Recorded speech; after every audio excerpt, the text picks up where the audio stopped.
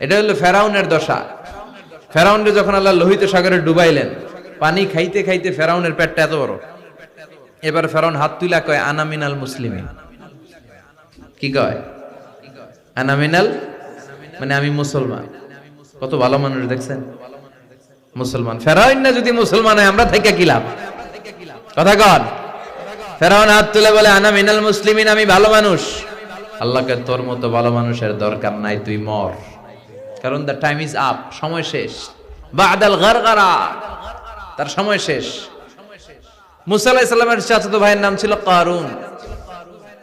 বিশাল সম্পদের মালিক আল্লাহ বানিয়েছে। আমি ফেরাউনের লাশও দেখে এসেছি সচক্ষে।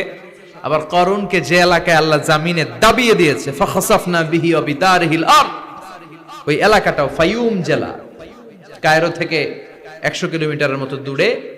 এই ফায়ুম জেলায় তার সব সম্পদ আল্লাহ জামিনের ভেতরে দাবিয়ে দিয়েছে। মুসা আলাইহিস সালাম বললেন, কারণ তোর তো অনেক সম্পদ, তুই আল্লাহর রাস্তায় যাকাত দে।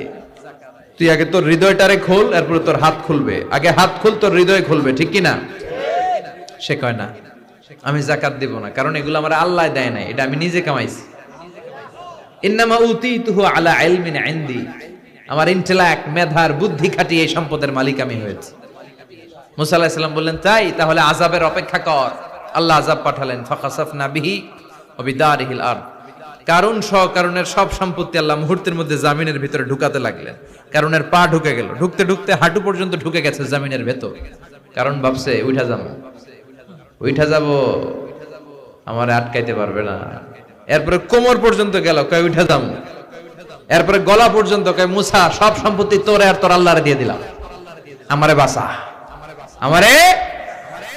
ও মুসা, এতক্ষণ শুধু যাকাতের সম্পত্তি দেয় না, এখন কয় সব তোর, সব তোর আর তোর আল্লাহ, আমারে খালি তুই বাঁচা। এখন তওবা কবুল হবে? ওই যে আনা মিনাল মুসলিমিনের স্টাইল আছে না নাই?